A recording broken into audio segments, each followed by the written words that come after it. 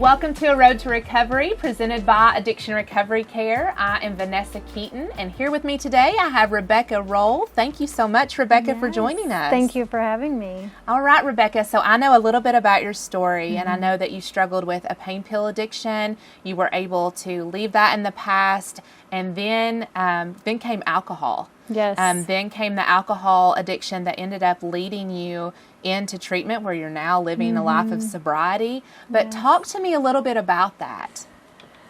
So after I got into treatment for my alcoholism, that's when I really began a journey. My true recovery journey is what I call it, because I had gotten help and gotten off the pain pills, but there was no recovery involved. I wasn't working any kind of program.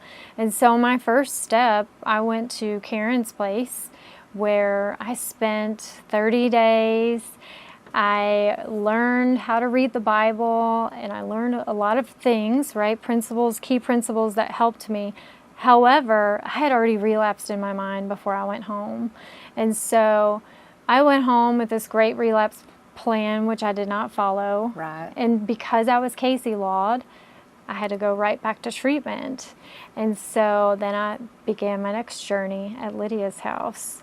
And it was there that I learned things like the parable of the sheep, right? When God talks about the 99, how he rescues the one. And I realized, oh my gosh, what if I'm the one?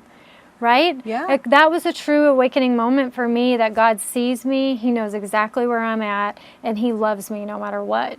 And so that was what I took home from that. And over the next 2 years, I relapsed 5 times. And every time I went to treatment, I was learning something new about how loved I am, and about how I needed to change, and my mindset. It was all in my mindset.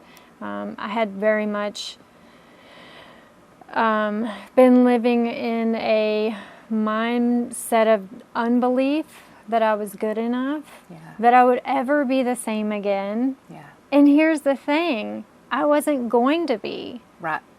But at the time, I'd been holding on to the past with such a tight grip. I wasn't looking to the future. And it was when I really began, that those strongholds started breaking off, the more that I was loved back to life at ARC.